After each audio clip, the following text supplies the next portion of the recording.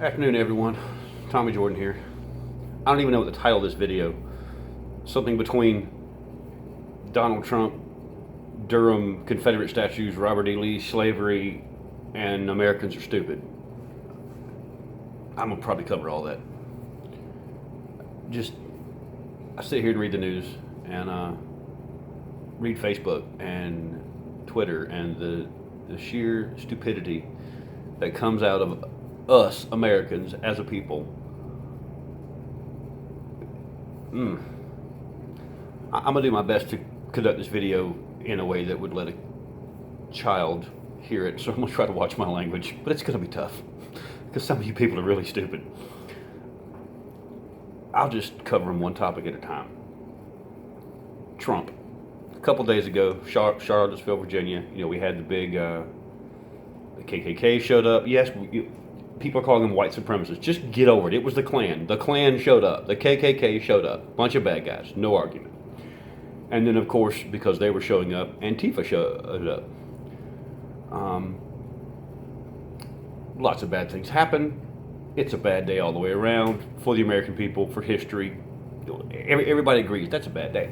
So 2 days go by, and all I see in the news is Trump gets bashed nonstop for jumping on Antifa. His comments were along the lines of, "There's more than one party here to blame." Yes, the KKK was there, and yes, that's bad. But Antifa was there, and no one's talking about it. And first off, one, I voted for Trump. Two, he still does some really stupid stuff repeatedly. I'm not saying the man's perfect. Not even saying he's good. Just that he's human. So just because I voted for him doesn't mean that I think he's the end-all, be-all of awesome politicians. But in this particular case, it's one of those times like people are jumping on Trump just because they dislike him, but he's actually right. There were two very, very vocal, active participants of that event that were equally at fault. So we all know who the Klan is. The Klan is bad. I think in Trump's perspective, and maybe my perspective, and the perspective of an average person with average intelligence, that goes without saying. I don't think you have to say, or specifically come out and say, white supremacists that want to kill black people and Jews are bad. We know that. We got it. So he jumped on Antifa. And then, of course, folks jump back. Do you people even know what Antifa is? Did anybody bother to do a Google search? Maybe check the Wikipedia entry. Anything. This is a bad group of folks. And you've seen them before. You just didn't know it. Because they're not very well organized. Apparently they're organized enough. But, the KKK, they have a Klan, they have meetings, they have rallies, they have a leadership. Hell, they have a board of directors. They're organized. Antifa is basically an anarchist political organization, and therefore by design not very organized. Can't have anarchy under a board of directors. It just doesn't flow that way. So fine. So what is Antifa, and why do we care? And what gets me is no one's talking about these guys in the news. CNN, Fox, ABC, NBC, CBS, these guys deserve to be front and dead center of the news cycle for a day or three. At least as much as the statue in Durham, but I'll get to that in a minute. You're talking about a political group that intentionally has no leadership, no structure, that totally believes in anarchy. They have come out and said it's perfectly okay to destroy property. We don't equate that with violence. So they plan to show up anywhere the Klan shows up. They're the alt-left, where I guess you could say the Klan is the alt-right. Although, let's be honest, the Klan is not alt-right. They're just a bunch of freaking wackos. Even us white people agree. Those people are nuts. You don't actually have to put them in a political group. They're not political. If you would take them out of that arena, of course, the Democrats won't, because it serves their purpose to say that they're alt-right. They're the worst of the Republicans. No, they're not. They're just freaking crazy. Okay? So fine, you got these crazies here. Trump called attention to these crazies over here, which needed to have attention called to them. You've seen the guys in the riots, the black shirts, the black pants, the black masks, black hoods. They hide their face. quite frankly, because I think they're cowards, but that's just me. That's a group of Antifa that call themselves the Black Bloc. So they show up specifically to incite violence, to incite anger, to turn a protest into a riot. That's their entire point of existence. I mean, you can't argue that. There's no room for argument. Absolutely zero. The only reason they show up is to turn a rally into a riot. And why are we not dragging these guys off in handcuffs? Not that we shouldn't drag the Klan guys off in handcuffs, but quite frankly, as long as they are standing there screaming white power, whatever, and they don't do anything, our Constitution protects them. Do I agree? I have to agree, because if it protects them, it protects me too. But they can say what they want, fine. Antifa shows up and intentionally turns it into a riot. It's not like it's hard to antagonize a bunch of racist white rednecks into a riot. I mean, come on.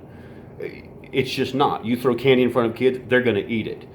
You intentionally poke a bear, he's going to swipe you back. You poke at a bunch of white supremacists carrying guns and all dressed out, and those that aren't in white or in camo, and they're just picking for a fight. They're dying for a fight, and so you go give them one.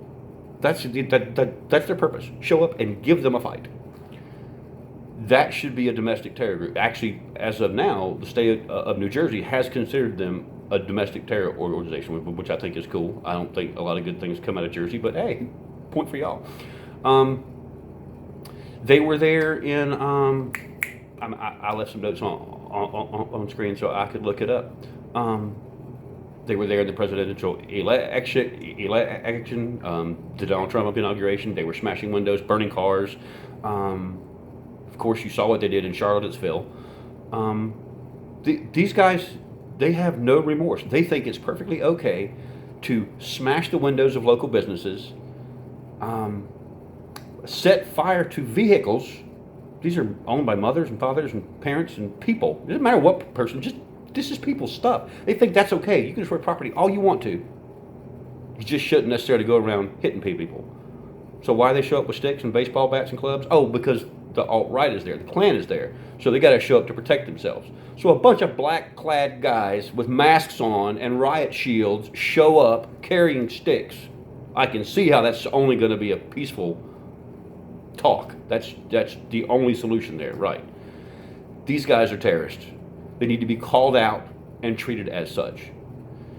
The movement started in the 1930s, overseas, not even here. Antifa stands for anti-fascists. They dislike fascists. They dislike the Nazis, which is cool. Good idea. I support that. That's what they did 100 years ago. The ones you have now, that's not them. That's not what they do. That's not how they roll. Okay? That's not what they're here for. They're here to incite chaos, anarchy. In fact, it's pretty much their creed. That's what they do. So, yes, Trump calling out that there was more than one party involved, in my redneck opinion, is completely viable. He's right. The Klan is bad. I don't think he had to actually go say that. He did call out the other side of the group, or of the coin, that nobody's talking about. I'm glad he did. Made me do some research. I went to look it up. Who is Antifa? I don't know. My dumb Carolina self had no clue. I've seen them, didn't know who they were. I looked it up. I didn't take as gospel dumb crap I read on Facebook and Twitter and start telling all my friends about how that's the right way to do things. You people are stupid. Stop reading Facebook as gospel. Stop reading Twitter and Instagram as gospel. And to go on a related point, why does America as a whole give two craps whether or not Donald Trump comes out and denounces it? Why do you care what any one person comes out and says? I care what he does. As the president, I care what he does. I don't think he has to come out and physically call everything I disagree with bad to be doing his job.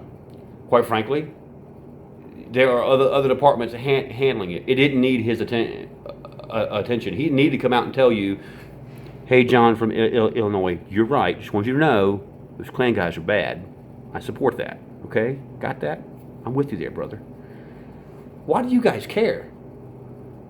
I mean, he's doing... I'm not his biggest fan. But I didn't care what Obama thought about the Klan. I don't care what Trump thinks about the Klan. I care what I think about it, what those around me think about it. I made a post on Facebook that said, if you support Antifa, just unfollow me now before I have to unfollow you. And one of the first responses, the third response or so, was, did I miss the post where you told Klan followers to not follow you as well? That's the problem with this friggin' country. I had to actually come out and clarify for some idiot that, yes, I do apply the laws of common sense to myself and my beliefs. I also agree the Klan is bad.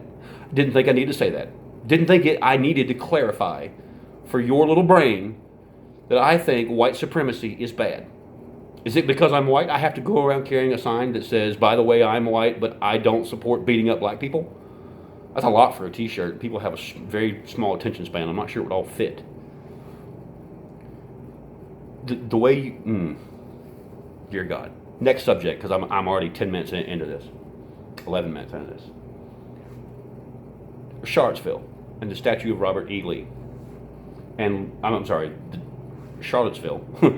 And later, Durham, here in our state, in Carolina. And the statue gets, they got torn down. So, number one, everybody jumps up and down. And I've seen this all over Facebook. The police did nothing. Mobs are tearing down statues, in the town square, and the police did nothing. That's correct, because it's not their job. Wait for it. Hold on. Get mad. Okay. Are you mad yet? All right. Good. Now you're mad. Use your freaking brain, you moron. Read the news article. I'm assuming you read a news article, not a Facebook status, to get this information to get pissed off in the first place. That particular event that occurred happened in Durham, North Carolina. Durham City Police, for whatever reason, I'm not sure if they were just there to keep an eye on things, whatever, but for whatever reason, there were some of them present. The statue and the grounds it sit on are county property. The news articles told you this. They actually put it in almost all the articles clearly, but nobody bothered to pay attention because you people are too stupid to pay attention to details. So people like me have to go out of our way to point them out. Durham City Police had no jurisdiction to stop anybody from tearing that statue off county property. It's county property. I live in the county, so maybe that's why I know this. The Albemarle Police Department cannot come out here and do anything. I can shoot guns in the air all day long. I can turn around and kill somebody, which is a bad thing. Let's just be clear about that. Point is, that police department cannot respond. They have no jurisdiction to respond. The Stanley County Sheriff's Office would respond and then consequently throw me in chains and drag me off to prison forever like they should. You guys are just pissed off that the cops did nothing. It was the wrong cops. They weren't there to do that. They couldn't have done that if they wanted to. And good thing to hear, Durham County Sheriff's Department has actively been going out and arresting people for doing that, exactly like they should have done. It seems like, I'm going to say white folks are mad the cops didn't turn an event into a riot and beat down a bunch of black people. We get mad when BLM does stuff against white people, and we, oh my God, people are so stupid. You really wanted the cops to go out there and start dragging folks off in handcuffs, get it all over Twitter, Facebook, and do nothing but start another massive riot in downtown Durham. That's what you wanted. You people are sick and twisted. The cops did it the way they should have done it. And to the statue in general, or regarding the statue in general, they tore down a statue of Robert E. Lee. Is that bad? The argument seems to be that all of these Confederate statues are a reminder of history, bad history, and we shouldn't celebrate bad history. Let me clue you in. And this goes for all people of all colors. History, by definition, is intrinsically bad. That's why it's history. If it wasn't bad, we'd still be doing it. It would be status quo. Whatever it is, if it's slavery, it was bad. We stopped doing it collectively. We've moved on. I hate to be cliche here, but the quote about those who forget the past are condemned to repeat it. History serves a valuable purpose. It teaches us lessons. That statue was about Robert E. Lee. It's been there for 93 years. In my whole lifetime, in fact, in my parents' lifetime, no one has walked past that statue and been assaulted for being black or white. No one's gone by there and seen somebody go, "Hey, you're white. You want some slaves? I got some." That hasn't happened. In fact, none of you out there know a slave. None of you out there know actually. There's no one out there who was the son or daughter of a slave, and I hesitate to say probably not even the grandchild of a slave. Although, depending on longevity, I guess that is entirely possible. But it had to be some long-lived people. But you're at least two entire lifetimes, not generations. You're about 10 generations. You're 2 entire lifetimes removed from slavery. You're yelling about something you don't even know anything about. You can't know anything about it, no more than I know about it. What you know about it, you read in a history book, just like I did. You have no personal affiliation with slavery. It's never happened in your life. So shut up, get off the martyr vehicle here, and just go on with life. That statue harmed no one. But it did serve an important purpose. It could have served an important purpose to you for a whole different reason than whatever maybe the guy that built it intended to serve for somebody else. Possibly it was erected to commemorate Robert E. Lee and his prowess as a general. Let's be honest, he wasn't even that great of a general. He was a good one. He wasn't great. He wasn't an outstanding figure in the Southern Civil War. His track record wasn't that awesome. You know what he's remembered for? Mostly surrendering. Yay! That's what he's famous because he's the general that surrendered to Ulysses S. Grant in 1865. I've heard people go, he didn't own slaves. Yes, he did. Robert E. Lee did own slaves. And in fact, he supported slavery. And I will do my best to put on my southern drawl here. Let me see if I can quote this properly. In a letter written to his wife in 1856. So, for Robert E. Lee to his wife, Mary Anna Lee, December 27th, 1856. In this enlightened age, there are few, I believe, but will acknowledge that slavery as an institution is a moral and political evil in any country. It is useless to expatiate on its disadvantages. I think it, however, a greater evil to the white man than to the black race, and while my feelings are strongly enlisted in belief of the latter, my sympathies are more strong for the former. The blacks are immeasurably better off here than in Africa, morally, socially, and physically. The painful discipline they are undergoing is necessary for their instruction as a race, and I hope will prepare and lead them to better things. How long their subjugation may be necessary is known and ordered by a wise and merciful providence. Wow. Robert E. Lee believed you should own slaves because it was a divine thing. And when God decided that it should no longer be necessary, it wouldn't be. That's what he believed. Was he wrong? Of course he was wrong. Was he ignorant? Yes, he was.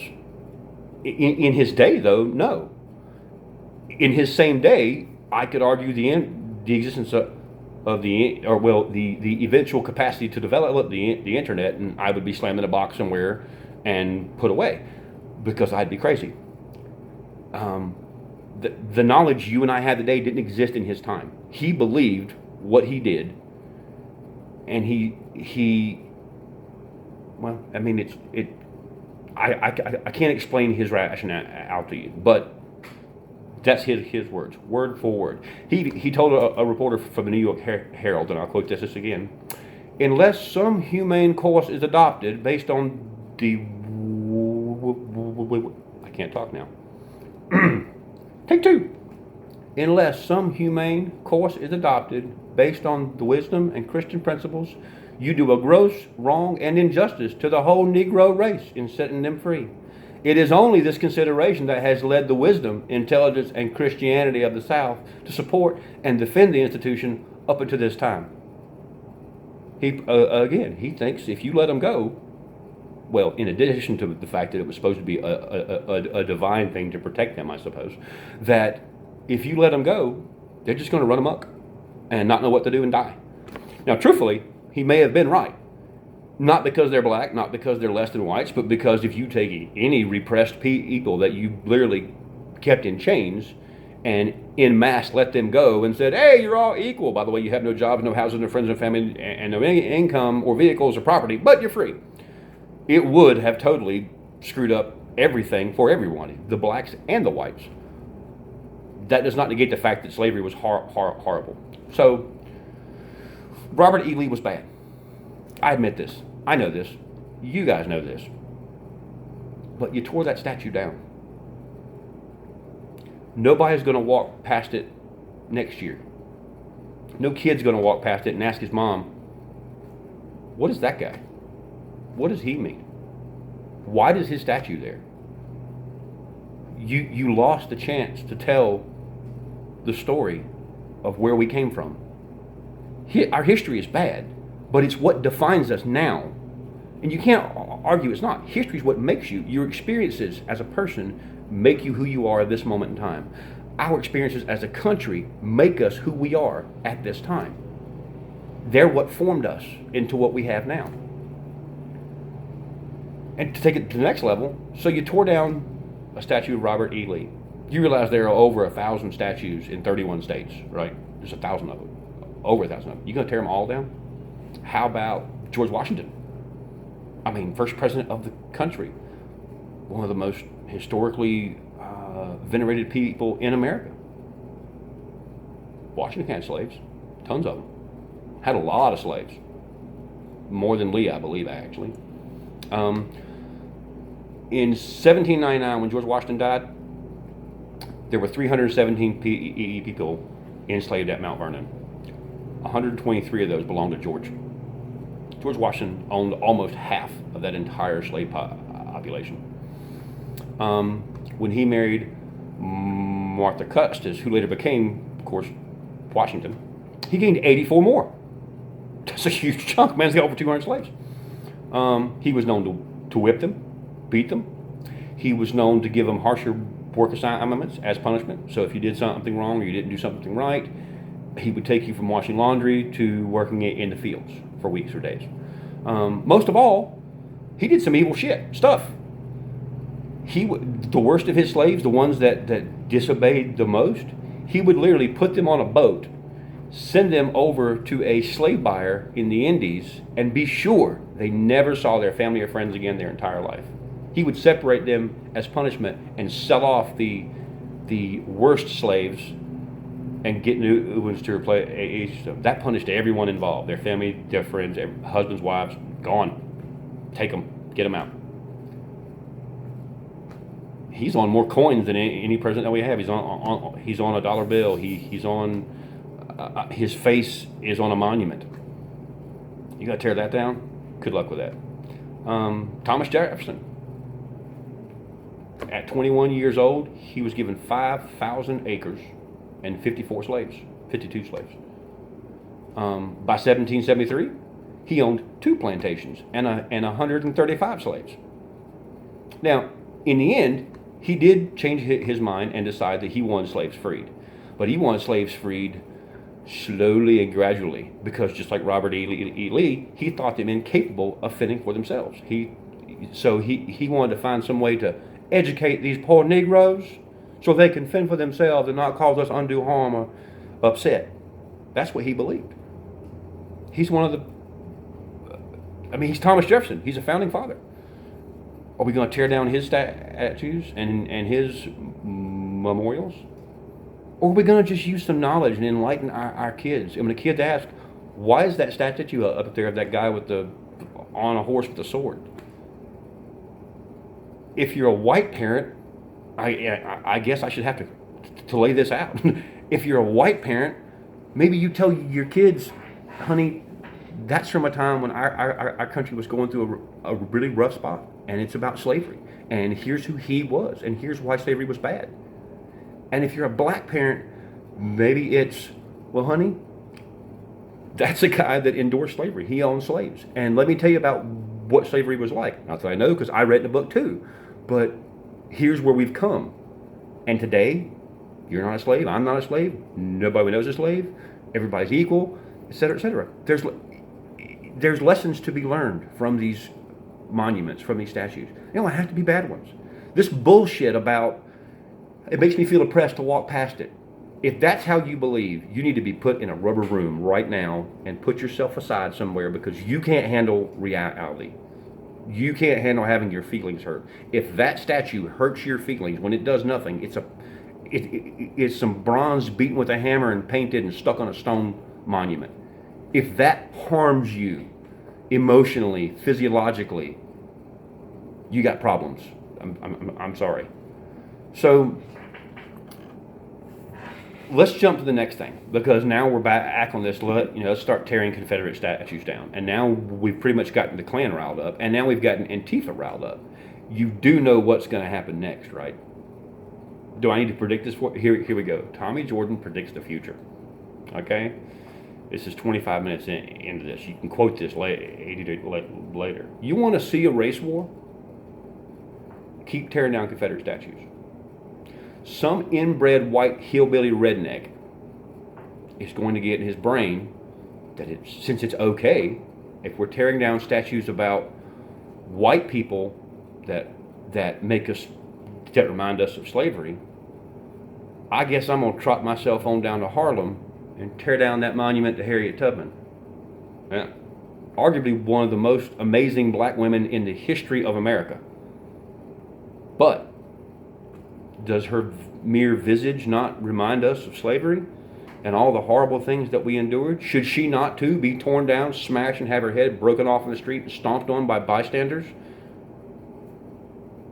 Hell, in 2016, that woman's face was chosen to replace Andrew Jackson on the $20 bill. That's how important she is to history. But doesn't her statue offend us the same way? Doesn't just her face up there remind us of slavery? She should come down. Malcolm X. Monuments to Malcolm X, they got to go. I mean, white people should be tearing them down right now. They got to go. I mean, y'all can't have this. In fact, just to get my house firebombed once, he advocated for black supremacy, and he advocated for segregation. So when everyone else is going, whites and blacks need to be equal, and another third, or let's say a third of the country is saying whites and blacks need to be equal, another third is going, no, whites are better. To heck with the Negroes. He's over there with his following, preaching that blacks are better. He was a black supremacist. There's no arguing it. Malcolm X was a black supremacist. It's history. Look it up. He believed in trying to maintain segregation because he thought blacks were better than whites. Well, we certainly shouldn't have any of those statues floating around. They got to go now too.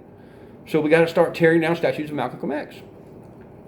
MLK, I mean, someone's going to tear down a Martin Luther King Jr. statue.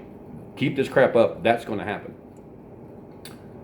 His monument sits on a sight line with Abraham Lincoln and Thomas Jefferson, which is funny in the context of what I just told you, a slave owner and a black guy in the middle. But doesn't he too serve as a reminder of the things that we're ashamed of in history? Doesn't he serve as a reminder of how bad things were? I mean, sure, he helped make them better, but that's not the point. The point is his being there, just his statue, hurts people. It causes people emotional pain to think of it. So he should come down too. He was a Christian pastor. He was. Don't we have some Islam group out there somewhere offended by the fact that we have a black Christian teacher that has a monument? Why isn't Islam all up in a tiff? They just haven't got there yet. It'll happen. If you keep this crap up, it's going to happen. History is bad. That's why it's history. We learn from it. We don't hide it in shame. We bring it out into the open, and we talk about why it was bad and what we learned, and we move on, and we build. That was either a dog or somebody broke in my house. I'm not sure which. But we build on what happened and how we changed and how we evolved and how we became better people. You don't fix history by erasing it. that you're going to repeat it. It's proven throughout time, throughout the history of man. If you do that, you're just going to do it all again later. In fact, we're doing it all again right now. We're doing the things right now we fought not to.